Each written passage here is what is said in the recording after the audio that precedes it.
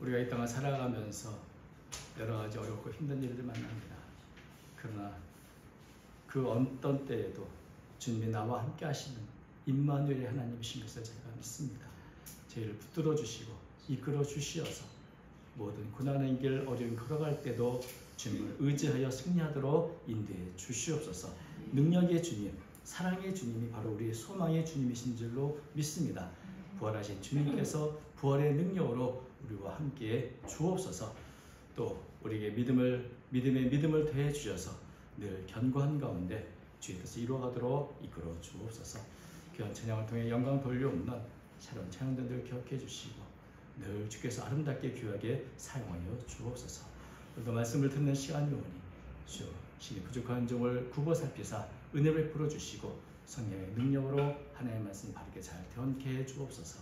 함께 해 주시길 원하오며 예수님 이름으로 기도드리옵나이다. 아멘. 사람마다 자신이 살아온 어떤 경험 또 문화, 이 환경이 다르기 때문에 음악을 들어도 서로 생각하는 게 다르고 어떤 사건을 봐도 그것을 바라보는 관점이 다 각각 다르죠. 그래서 뭐 어떤 사건, 사고 해석하는 것도 다 다르고 감정도 다 다릅니다. 저는 어떤 드라마를 볼 때 눈물을 많이 흘리면 옆에서 왜 그거 갖고 우냐 그러지만 내가 갖고 내 감정이니까. 또 이게 인생을 좀 많이 살아보면 남들이 보지 못하는 것도 또 느끼지 못하는 거 느끼게 되는 법입니다. 근데 이 공감이란 말, 오늘 제목이 공감에서 소통으로인데 공감은 이런 서로 다른 것을 뛰어넘는 겁니다. 다른 사람의 감정을 내가 공유하고 그 사람이 겪는 상황을 내가 생각하고 그래서 그를 배려해 주는 게 이게 공감이죠. 그래서 공감을 통해서 나와는 다른 생각, 나와는 다른 시각을 갖고 있는 사람을 내가 이해할 수 있게 되고 더 합친 깊은 소통으로 나아가게 됩니다. 만약 그렇게 하지 않으면 내 생각, 내 시각, 내 관점에서만 바라보면 서로가 대화가 되지 않겠죠. 그럼 불통, 서로 왜 이것도 모르냐고 비난하는 그런 지경까지 이르게 될 것입니다. 사실 오늘 욥기를 보면 바로 그렇게 욥기에서 거의 대부분이 욥과 그 친구들의 대화인데 대화가 되질 않아요. 서로 듣지 않습니다. 소통으로 나아가지 못하고 결국 실패하는 비난으로 끝나고 불통으로 끝나는 모습들이 욥기서에 쭉 보면 나와 있죠. 욥은 어떤 사람입니까? 욥은 온전하고 정직하여 하나님을 경외하며 악에서 떠난 자라. 참 누구든지 인정할 수밖에 없는 의인의 삶을 살았던 사람입니다.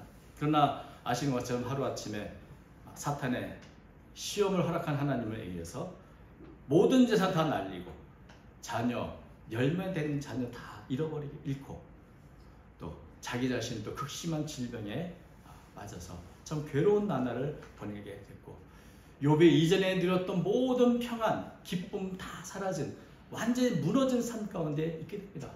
그때 이런 욥의 상황을 듣고 이제 세 친구가 멀리에서 욥을 유문하기 위해서 서로 위로하기로 약속하고 이제 같이 먼 길을 하나 찾아옵니다. 근데 욥을 보니까 어떻습니까? 우리 뭐 여기 본문은 아니지만 1장 12절 2장 12절 보면 이렇습니다. 눈을 들어 멀리 보매 그가 욥인 줄 알기 어렵게 되었으므로 그들이 일제히 소리질러 울며 각각 자기의 겉옷을 찢고 하늘을 향하여 티끌을 날려 자기 머리에 뿌리고 밤낮 7일 동안 그와 함께 땅에 앉았으나 욥의 고통이 심함을 보므로 그에게 한마디도 말하는 자가 없었더라. 그러니까 욥의 친구들 아마 오랫동안 알고 지내며 믿음의 친구들이 왔는데 정말 욥이 이전의 모습을 찾아볼 수 없구나. 욥의 고통이 얼마나 큰지 정말 깊이 공감하면서 서로 아무도 말을 할 수 없고 침묵 가운데 그 슬픔과 고통을 나누며 일주일을 이렇게 있었던 것을 보기 밤낮 7일 동안 이렇게 앉아서 한마디 없이 이렇게 참 어찌 보면 이 욥의 깊은 고통과 슬픔을 함께 공유하는 그런 모습을 보게 됩니다. 그런데 이런 오랜 침묵 후에 드디어 마침내 이제 욥이 입을 열어 말합니다. 그런데 어떤 말을 합니까? 나는 지금까지 온전하고 정직하게 살았고 악에서 떠나 살았는데 왜 나한테 이런 재난이 왔는지 나는 이해하기 힘들고 받아들이기 힘들고 심지어 차라리 내가 태어나지 않았으면 좋았을까. 내가 참 이렇게 자신의 극심한 고통과 슬픔을 나누면서 자신의 신세를 한탄합니다. 이게 욥의 실제적으로 정말 이 고통거리는 현실에 대해서 내가 왜 이런 일을 당해야 되는가 이해할 수 없는 재난에 대한 탄식을 하는데, 그런 탄식을 듣는 친구들의 마음은 어떻습니까? 공감하기보다는 마음이 불편해지기 시작합니다. 그래도 이건 아니지.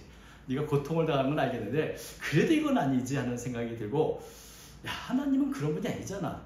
하나님을 위해서 변호해야 되고, 또 욥이 좀 신앙으로 좀 이걸 잘 이끌어야 되겠다, 이런 사명과 같은 게 아마도 마음에 생겼던 것 같습니다. 왜냐하면 그러니까 이제부터 욥에 대해서 내 생각은 그렇지 않아 라고 이제 욥에 대해서 자신의 경험, 자기가 바라보는 이 고난에 대한 해석을 이제 합니다. 가장 나이가 많은 것으로 여겨지는 엘리바스는 이제 자기가 겪었던 여러 경험을 통해서 말하죠. 제가 여러분 찾지 않아도 제가 전체 읽어드리겠습니다. 4장 7절에 보면 이렇습니다. 생각해보라. 죄 없이 망한 자가 누구인가? 정직한 자의 끊어짐이 어디 있는가? 내가 보건대 악을 밭갈고 독을 뿌리는 자는 그대로 거두나니 다 하나님의 입 가운데 멸망하고 그 콧김에 사라지느니라. 엘리바스는 자기의 살았던 경험들, 자신이 여러 봤던 관찰했던 것들을 통해서 모든 재난은 결국 죄의 결과야.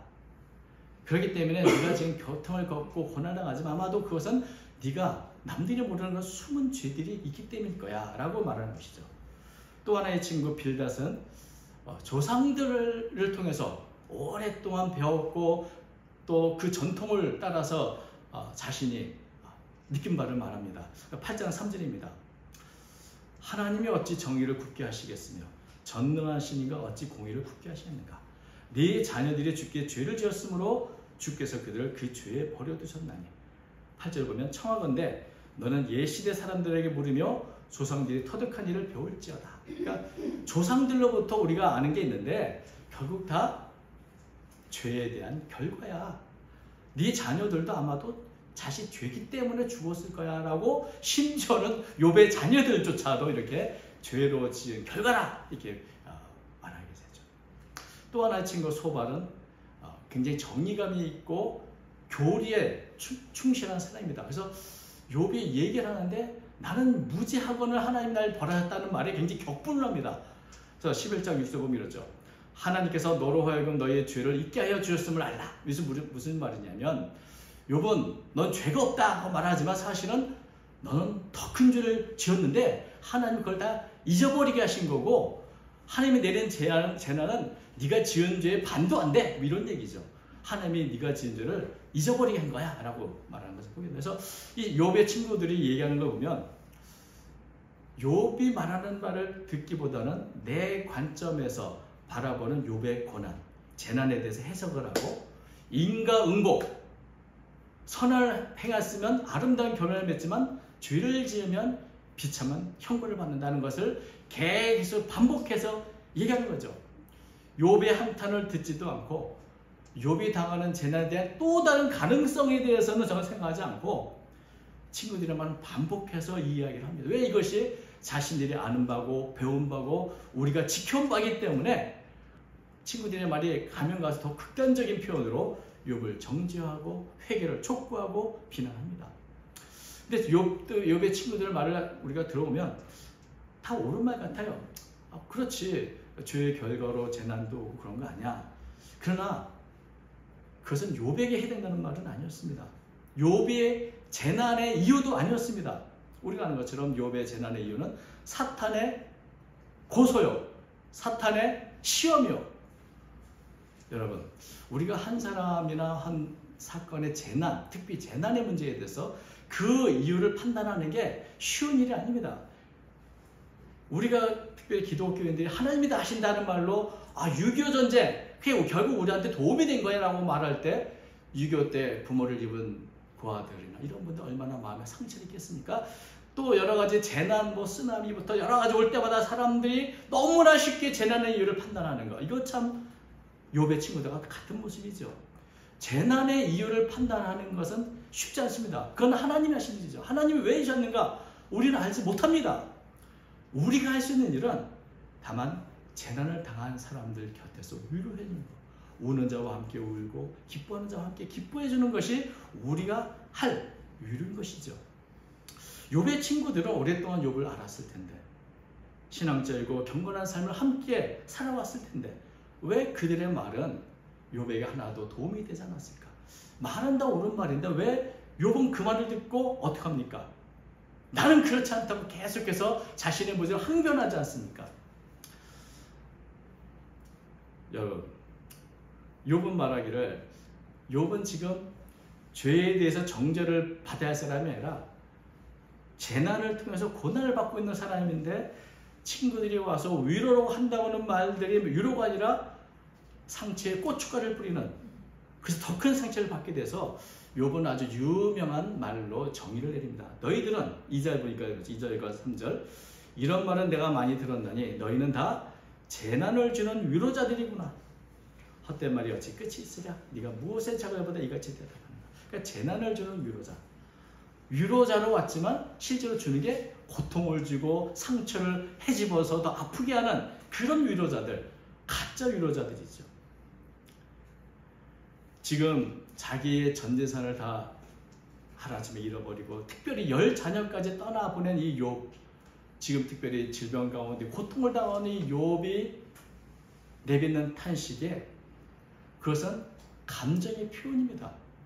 그 말에 정말 진정한 의미가 있는 게 아니고 아프다고 호소하는 겁니다. 그런데 친구들은 그 말로 판단하고 가르치려 하고, 그래서 친구들의 말을 들으면 조금 슬픈 가운데 위로도 받고 또 마음도 좀 평온하고 이제 또 소망도 가져야 할 텐데, 거꾸로 말을 들으면 들을수록, 친구의 위로의 말을 들으면 들을수록 고통과 아픔, 피곤함, 그리고 분노만 자꾸 일어나는 그런 현상이 일어나게 되는 것이죠. 특별히 친구들이 말하는 바는 욥이 이미 다 알고 있는 겁니다. 욥도 자기가 지금까지 경험했던 것이고 배웠던 것이고 가르쳤던 것입니다. 그런데 지금 욥이 겪는 것은 자신이 알고 있었던 것과 전혀 다른 새로운 상황을 경험하고 있는 겁니다. 선하고 착하게 살면 복을 받고 모든 일에 형통할 줄 알았는데 오히려 고난이 오고 재난이 왔다는 것이죠. 이것은 내가 경험하지 못한 또 다른 하나님의 모습이다. 내가 경험하지 못하고 생각지 못한 그런 신앙의 단계라는 겁니다. 아무도 겪지 않던 그 신앙의 단계를 지금 욥은 겪고 있는 것이죠. 그러니까 이전에 알고 있던 걸로 해결이 안 되는 그런 문제를 욥은 겪고 있는 겁니다. 죄가 없지만 재난을 당하는 이 문제에 대해서 우리가 지금까지 하나님은 이런 분이야, 하나님은 선을 행하면 복을 주고 악을 하면 벌을 주시는 그런 분이야라고 하는 고정관념으로는 해결되지 않는 문제, 전통적으로 배웠던 것을 초월하는 분이 바로 하나님이라는 겁니다. 그래서 우리가 어떤 면에 하나님의 너무 딱 고정적인 관념이 있어요. 그러나 하나님은 그 모든 것에 초월하신 초월자십니다. 제한받지 않으십니다. 우리는 영원히 하나님을 이해할 수 없습니다. 유한은 무한을 이해할 수 없다. 하나님은 우리의 고정관념보다 더 크신 분이고 우리가 배운 교리보다 더 높으신 분이기 때문에 사실 욥은 지금 자기가 배운 그 단계에서 하나 뛰어넘는 경험을 하고 있는 것이고 하나님에 대해 더 확장된 인식을 하게 되는 그런 경험을 하는 겁니다. 하나님은 우리가 정의할 수 없는 분입니다. 하나님은 하나님께서 자유롭게 행하시는 분이죠. 또 사실 성경에 보면 하나님의 행하신 일을 우리가 다 이해하지 못하는, 말씀한 것처럼 참 하나님의 깊은 사랑과 섭리가 담겨있지만 실제로는 고난과 고통의 상황을 겪어야 할 수많은 사람들이 있습니다. 요셉도 그렇죠. 다윗도 그렇죠. 성경에 나오는 수많은 인물들이 다 그런 과정이 있었습니다. 그 모든 것을 맡기는 그런 단계까지 나아가기 위해서 우리가 아는 것을 깨야 할 그런 단계를 겪게 된 것이죠. 하나님의 뜻을 이루게 죄 없이 당하는 고난도 있다. 그래서 우리가 예수님을 통해서 더 잘 알게 됩니다. 그래서 이 욥과 세 친구가 참 오랫동안 우리가 보는 건 욥기 전체이죠. 거의 대화를 하지만 그건 소통이 아니고 계속해서 끝없는 논쟁들. 그런데 여러분, 욥이 정말 친구들에게 바랬던 건 뭘까요? 그래서 하나였습니다. 역지사지. 내 입장과 좀 바꿔서 내 입장을 좀 생각해달라는 겁니다. 이런 말이 있더라고요. 높이 나는 새는 멀리 볼 수 있지만 낮게 나는 새는 더 자세히 볼 수 있다. 그러니까 높게 나는 새는 멀리 보고 저기 뭐가 있을지 말할지 모르지만 낮게 나는 새는 더 밑에 뭐가 자세히 보기 때문에 서로 자리를 바꿔보면 보는 게 달라지겠죠. 욥은 자기 자리에 한번 와서 앉아봐라. 내 신발을 신고 한번 걸어봐라. 내 자리로 오라고 한번 바꿔보자는 그 이야기가 욥기서의 곳곳에 나옵니다. 6장 14절 보면 이렇죠. 낙심한 자가 비록 전능한 자를 경외하기를 저릴지라도 그의 친구들로부터 동정을 받느니라. 이게 무슨 말입니까? 지금 고통과 절망 가운데 있는 사람이 있다면 그가 어떤 말, 어떤 행동, 심지어 신앙적인 막 흔들림이 있다 할지라도 적어도 친구라면 먼저 공감해주고 위로를 하는 게 먼저 아니겠냐, 이런 얘기죠. 가장 힘들 때 비난하기보다는 공감해주고 사랑해 주는 게 이게 바로 친구가 아니겠는가, 이런 얘기죠. 욥기 12장 5절에 이럽니다. 평안한 자의 마음은 재앙을 멸시하나 재앙이 실족한 자를 기다리는구나. 이거 참 말들이 좀 어려운 것 같아도 이런 얘기입니다. 평안한 자의 마음은 재앙을 멸시하나 재앙이 실족하는 자를 기다리는구나. 고통을 당해보지 않은 사람은 불행한 처지에 그 고통 있는 사람의 마음을 이해할 수 없습니다. 지금 안전하고 평안하게 있는 이 사람들은 재앙을 받는 사람들이 그 재앙이 아무것도 아닌 것처럼 보이죠. 이것은 우리는 너무나 평안한 가도 있기 때문에 이스라엘과 이란이 싸우며 그 미사일로 폭격할 때 언제 죽을지 모르는 고통에 대해서 우리는 생각하지 않고 꼭 저럴 수 있다. 아주 쉽게 우습게 함부로 말할 수 있습니다. 왜냐하면 나는 평안하고 안전한 곳에 있으니까. 그러나 정작 미끄러운 곳에서 재앙을 기다리는 사람 마음은 전혀 그럴 수 없죠. 초조하고. 그러니까 욥의 말이 지금 평범한 상태가 아니라 굉장히 위태로운 상태에서 그 고통 속에 말하는 말들입니다. 그러니 그것을 그저 모든 재앙은 죄로 말미암았다고 그렇게 쉽게 말할 수 있는 게 아니라는 것이죠. 재앙을 당하고 기다리는 사람에게는 그런 재앙이 결코 만만하거나 우스운 게 아니고 함부로 말할 수 없는 겁니다. 만일 너희가 나와 같은 재앙을 받고 있는 처지라면 이처럼 고통받는 나에게 신랄하게 정죄할 수 있다. 이런 얘기죠.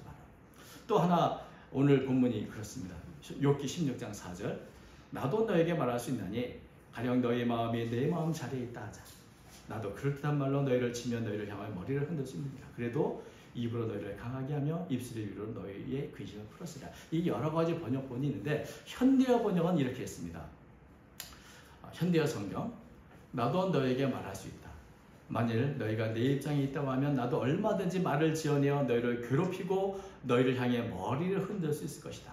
하지만 난 그렇게 하지 않겠다.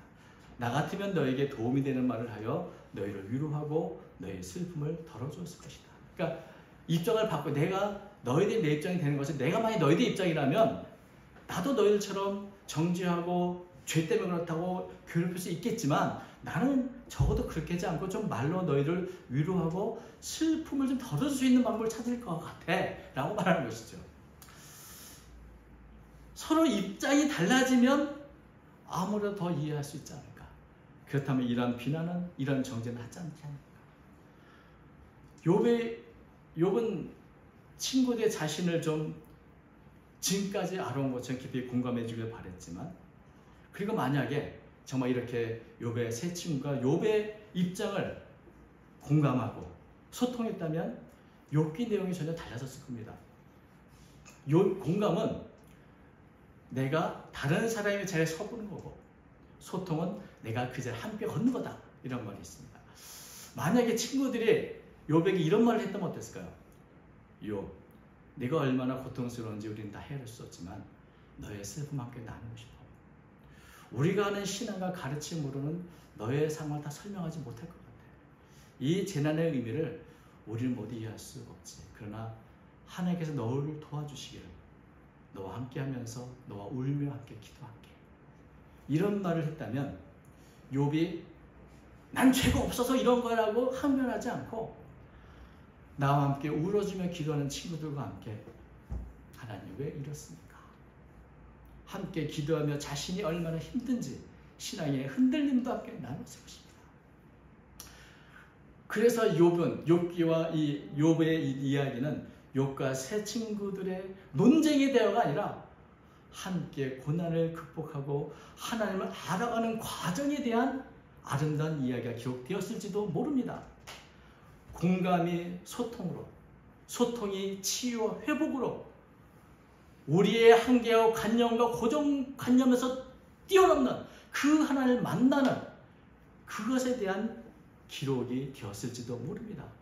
그러나 안타깝게도 욥과 세 친구는 공감으로 처음 시작했지만 그 공감이 소통으로 이어지지 못하고 결국은 불통과 논쟁으로 끝나게 됩니다. 우리가 아는 것처럼 하나님께서는 욥에게 손을 들어주셨고 욥은 친구들이 아니라 하나님께 직접 만나서 변론하는 가운데 하나님께서 욥을 이해하셨고 친구들은 어떻습니까? 욥이 기도의 중으로 그 모든 죄가 용서됐던 것을 우리가 알게 되죠.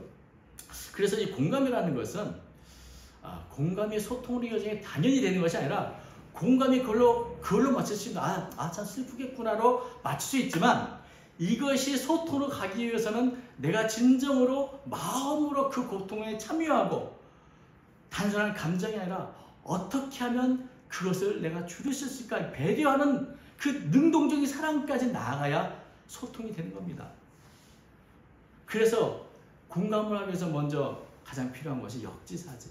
내가 다른 사람의 입장에 한번 서서 생각해보고 그 감정과 아픔을 공유해보고 어떻게 하면 좋을지에 대해서 배려해 줄 노력하는 것이 바로 사랑인 것이죠. 사랑은 공감에서 시작되는데 예수님의 삶과 예수님이 이 땅에 오심 속에는 그 모든 동기가 찾아보면 사랑이라고 말하지만 그 사랑은 어디서 시작되고 공감에서 시작됩니다.